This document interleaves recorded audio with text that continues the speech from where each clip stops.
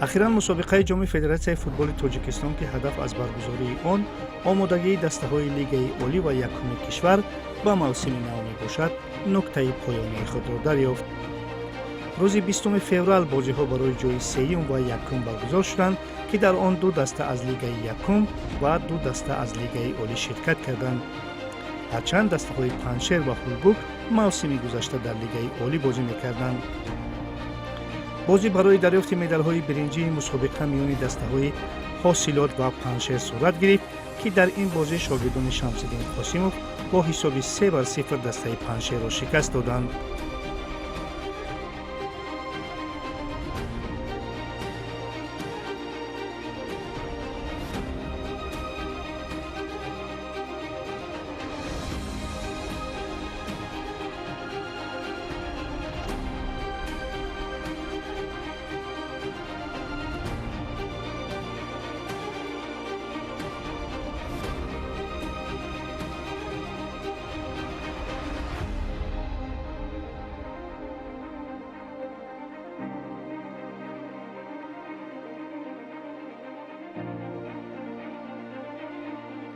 فینال جام فدراسیون فوتبال تاجیکستان امسال دسته‌های هولبوک و برقچی را روبروی هم آورد.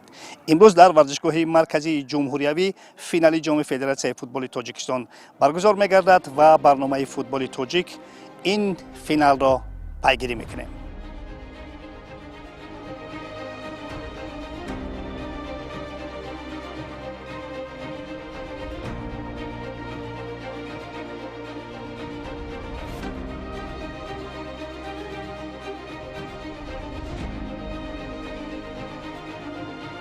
موفق شدید با اون چیزی که می‌خواستید امسال در جام فیفا ببینید؟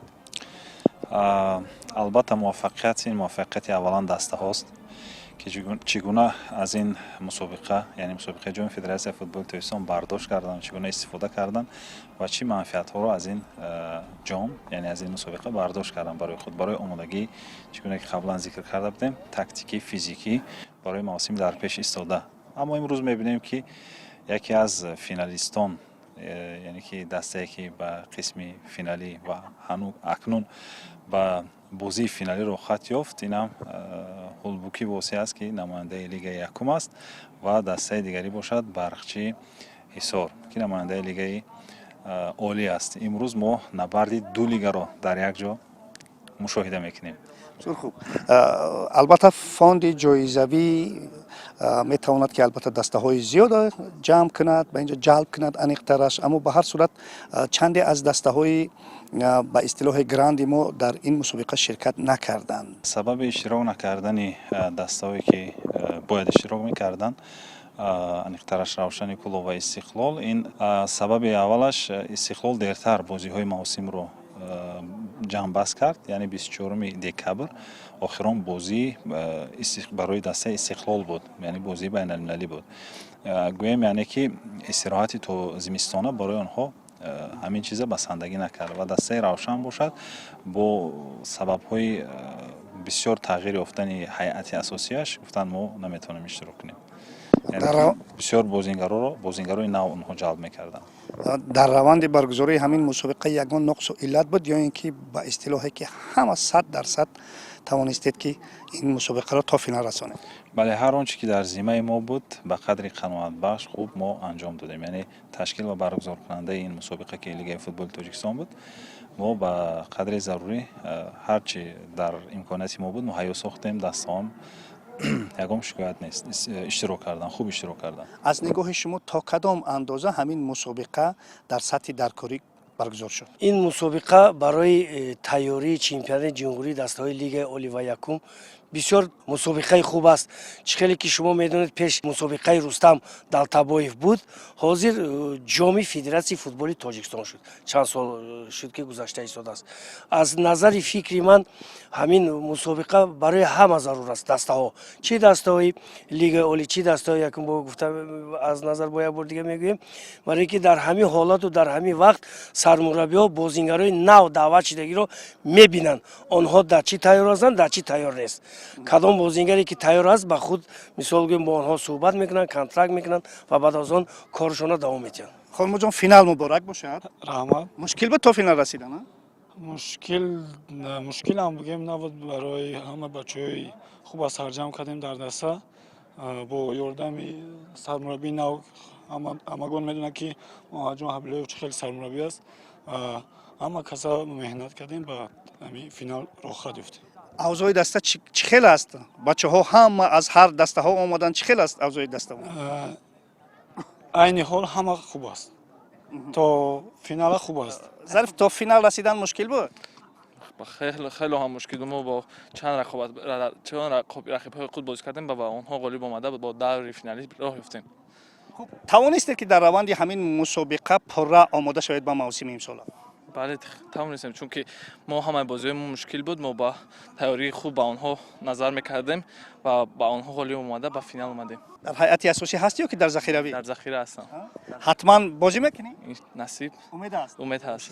اصولا مشکل بود تا فینال رسیدن. البته ما فینال در این موسم میگیم فینال دیوم است. فینال اول ما در ولایت بود که ما با دسته پنجشیر بازی داشتیم و امروز فینال دومی ما در مرکز پایتخت با دسته برقچی میباشد. خوب ببینید که با برقچی شما در مرحله گروهی بازی کردید. اون بازی را متاسفانه برای خود باختید. خب امروز چگونه مقاومت خواهد بود؟ البته بازی فینالی ما هم یک تیاری خوب دیده و عموما برآمدن دسته هولبوک و بازی فینالی هم ما هم خیلی نیت داشتیم. البته بسیاری دسته ها میخواستن که البته در این بازی فینالی اشتراک کنند، لیکن خیلی میبینیم از گروه ما هم برقچی هم هولبوک با بازی فینالی برآمد و فکر میکنم امروز یک بازی خوب میشود، برای که حریف ما خیلی امروز یک دسته پرقوت است در لیگ اولی و ما هم کوشش میکنیم که یک بازی خوبی شون دهیم. در روند همین مسابقه توانستید همه آن بازیگران را که میخواستید ببینید از سنجش گذرانید؟ البته بازیگرانی که امروز در حیات دسته هستند 100% میگیم در روی خط ما هستند. ما نامنویس کرده با بازی چمپیونات موسم امسال و فقط یک دو بازیگر دیگر هم در تای نظارت من هست که از دیگر دسته ممکن که یک دو نفر دیگر هم دعوت شده. الفبک فینال مبارک باشد. تشکر زیاد. اصولا مشکل بود تا فینال رسیدن؟ البته مشکل بود، برای که دسته‌های بسیار هم خوب صد راهی ما خواستن که شوند و خوشبختانه از هم این چیزها گذشتیم و فینال رو خط یافتیم. دستاورد البته به شما است. خوب، یک مراتب بر هولبوک پیروز شدید. این یگان چیز میدهد برای بازی امروزه یا نه؟ البته شاید شخصان این گونه هم فکر کنن، مخلصان این گونه هم فکر کنن، لیکن با فکر من هر بازی دیگر است و از ورق تازه سر می شود و بر زمین این فینال است. اینجا تماما باید با عقب ما ننگریم، فقط با پیش. تا کدام اندازه توانستید در روند انا همین مسابقه خوب فوتبال بازانی که باید از سنجش میگذاشتن خوب تماشا کرده توانید از سنجش گذرانده توانید؟ البته تقریبا همه بازیگرایی که در دسته بودند در این مورد به همش شانس داده شده بود و همشون بازی کردند. بازیگرای جوان همشون خود رو خوب نشان دادند و اکثریتش البته با ما در دسته باقی میمونه. کی اومد و کی رفت؟ خودی حاضر چند بازیگر هستند که آنها در دیگر دسته ها مشق تمرین کرده استودند، با مثل برکت الله نعمت‌الله زاده، مهربان حمیدов و دیگران و باز به دسته با ما اسلام زویرов شامل شد، فخرالدین اختمov شامل شد و بازیگرانی که در اجاره بودند با مثل ظریف زاده، بهادر نظر زاده که بازیگران جوان هستند لیکن در حقیقت با لیاقت هستند. گفتن ممکن است که برقچی برای موسم امسال علاقه آمده است؟ خودی حاضر یک گویم که در یک مرحله میانه‌ایم، لیکن کوشش میکنیم تو سرشوی موسم پر را آماده باشیم. خوب، اینک تا جایی توانستیم با سرمربیان و بازیگران هر دو دسته هم یک صحبت داشته باشیم. اینک فینال جام فدراسیون فوتبال تاجیکستان برقچی و هولبوک. میبینیم که این جام نصیب کی میشود.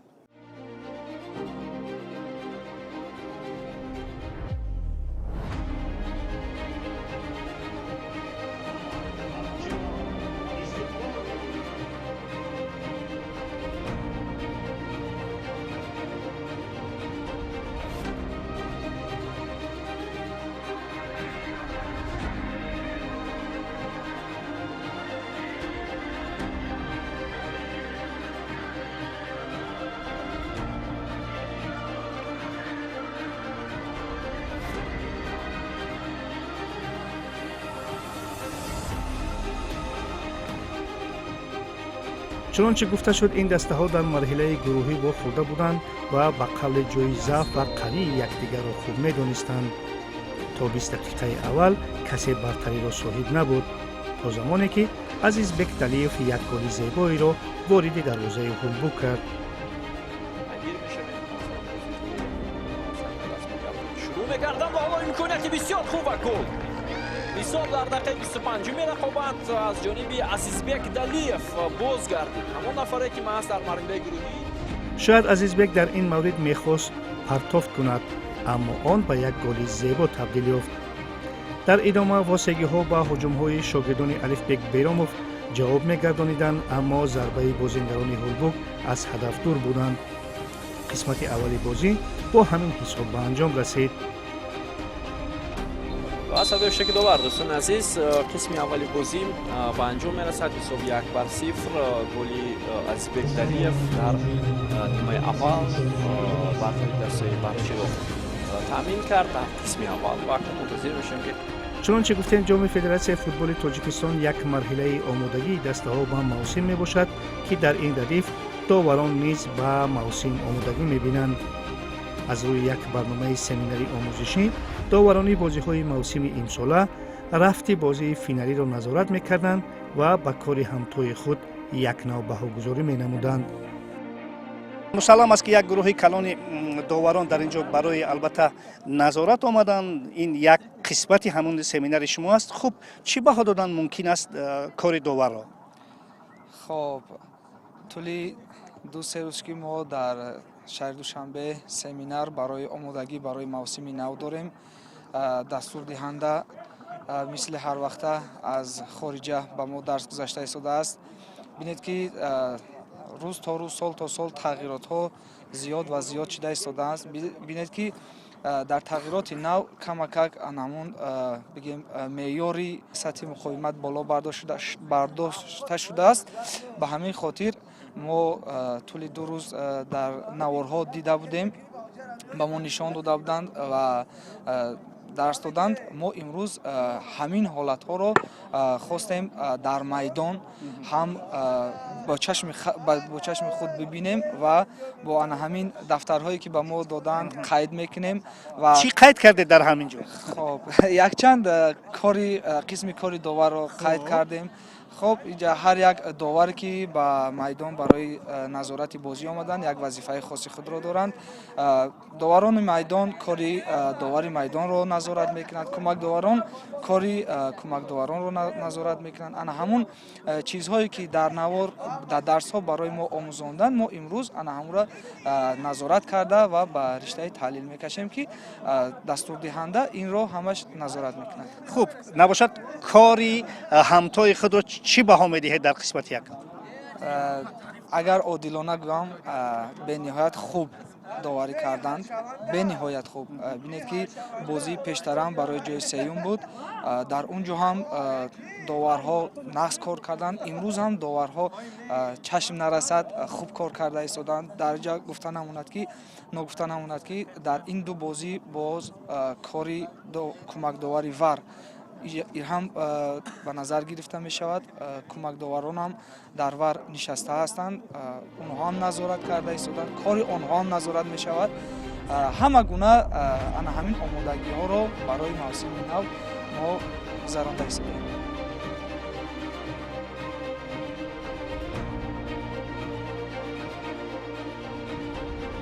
дар оғози қисми дуюм ба Барқчӣ муяссар шуд ки голи дуюми худро бизанад.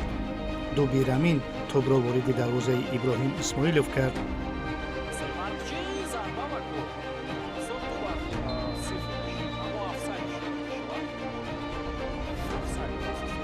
аз ҳуҷраи вар ин голро хело санҷиш карданд, зеро эҳтимоли офсайд буд. аммо баъди санҷиш Наврӯз Воҳидов довари бозии имрӯза ба маркази майдон ишора кард. баъди ин гол Барқчӣ бозии худро комил кард ва Ҳулбук якнав маъюс менамуд. бо ин назардошт Муҳаммадҷон Ҳабибуллоев сармураббии Ҳулбук барои қавӣ кардани бозии дастаи худ якбора 4 бозингарро иваз кард ва ин тағйирёбӣ ахиран самар овард. ҳуҷумҳои Ҳулбук зиёд шуданд ва хатти дифои Барқчӣ сарбориро эҳсос мекард. дар яке аз ҳамлаҳои ҳулбук бошад бозингарони барқчӣ дар дохили ҷаримагоҳи худ қоидаситезӣ карданд ва довар ба дарвозаи онҳо пеналти таъин кард ки далер шомуродов онро ба гол табдил дод. як зарба ва инак ҳисоб 2-1 мешавад. дӯстони азиз, далер шомуродов зарбаи марказӣ собиқадор таҷрибакор дастаи ҳулбук 2-1. ин гол ба дақиқаи 58-уми бозӣ рост омад. акнун дар чашмони бозингарони ҳулбук алангаи дигар пайдо шуд ва онҳо таҳоҷумро сари дарвозаи Годсон зиёд мекарданд. дар дақиқаи 70-уми бозӣ восигиҳо як бозигузории услуби англисиро истифода карда бозингари худро ба дарвозаи ҳариф 1-1 бароварданд, аммо муҳофизатгари барқчӣ ӯро бо қоидашиканӣ боздошт ва Наврӯз Воҳидов дигар бора ба нуқтаи пеналти ангушт давонд. ин маротиб низ далер шомуродов хато накард. зарба иҷро мешавад. бозам далер шомуродов ва аз ду пеналти бозигарони ҳулбук ду дафъа дарвозаи дастаи барқчиро рахт накард. ҳисоби 2-2 мешавад. дар поёни бозӣ дигар касе таваккал кардан намехост, агарчи ҳар ду даста низ бархе имконоти голзанӣ доштанд, аммо бозӣ то задани зарбаҳои 11 метра рафт. бояд гуфт аз рӯи муқаррарот баъди ду қисме ки ғолиб муайян нашуд, бидуни қисматҳои изофӣ зарбаҳои пеналти зада мешуд. ва садои штаки довар дӯстони азиз, фарҷоми вақти асосии рақобатро идома дидем. ҳисоб 2-2 ва акнун ҳолибро танҳо силсила зарбаҳои пеналти муайян мекунад кадом даста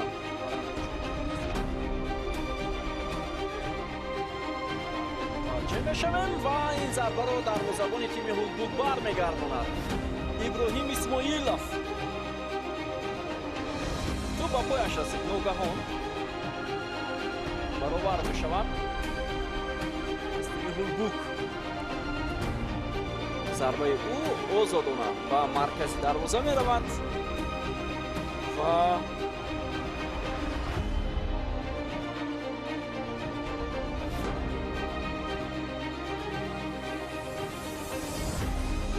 таваҷҷӯҳ мекунем.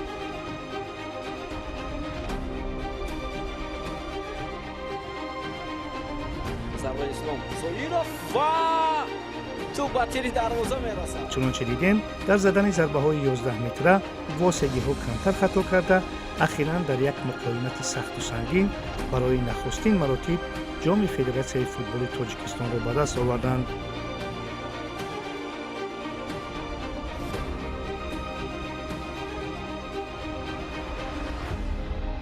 таваҷҷӯҳ мекунем ва инак гол аст дӯстони азиз. 4-2 аз 5 зарбаи худ футболбозони дастаи ҳулбук инак 4-аш бо гол анҷом ёфтанд ва ҳулбук барандаи ҷоми Федератсияи футболи Тоҷикистон дар соли 2026 аст. хоб беҳтарин бозингари охирии финалӣ Иброҳим Исмоилов шуд дӯстони азиз, дарвозабони дастаи ҳулбук.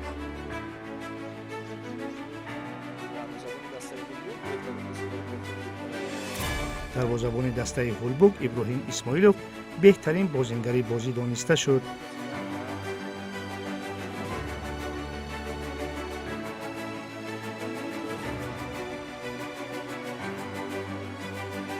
гуфта мешавад ки маблағи ҷоизавии мусобиқа 100 000 сомониро ташкил медиҳад ки ғолиб соҳиби 50 000 сомонӣ шуд.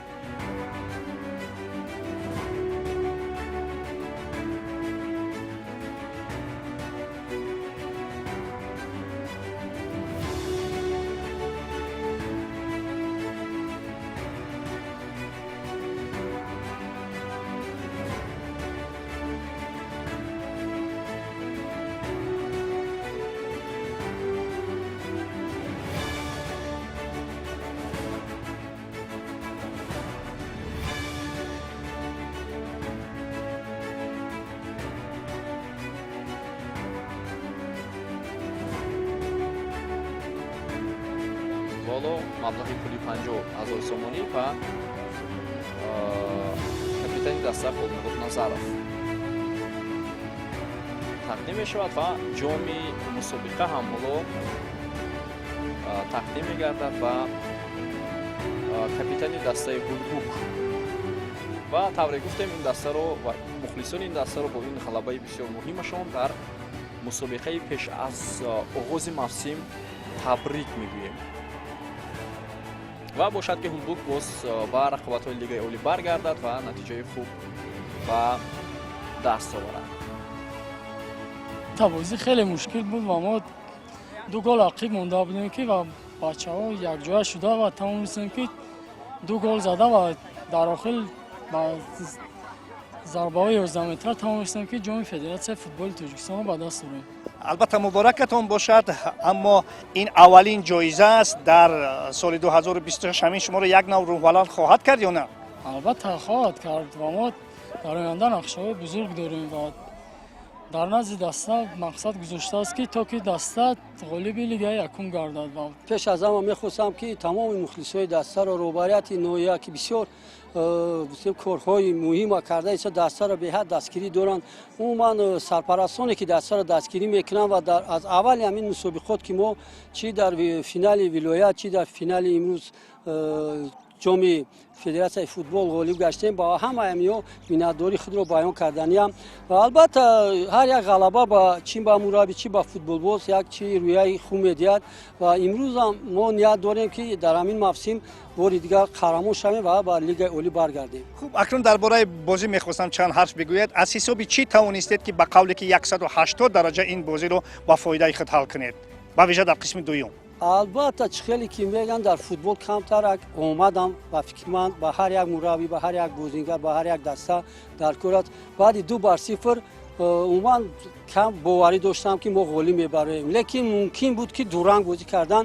ки вақте ки мо 4 бозингарро иваз кардем, баъди ҳамин иваз кардан аввалин бигем ки пеналти шуд, баъдан бачаҳо боварӣ доштанд ки голи дуюмро мезананд. албатта барои дастаи мо фикр мекардам имрӯз як омади бигем варзишӣ буд.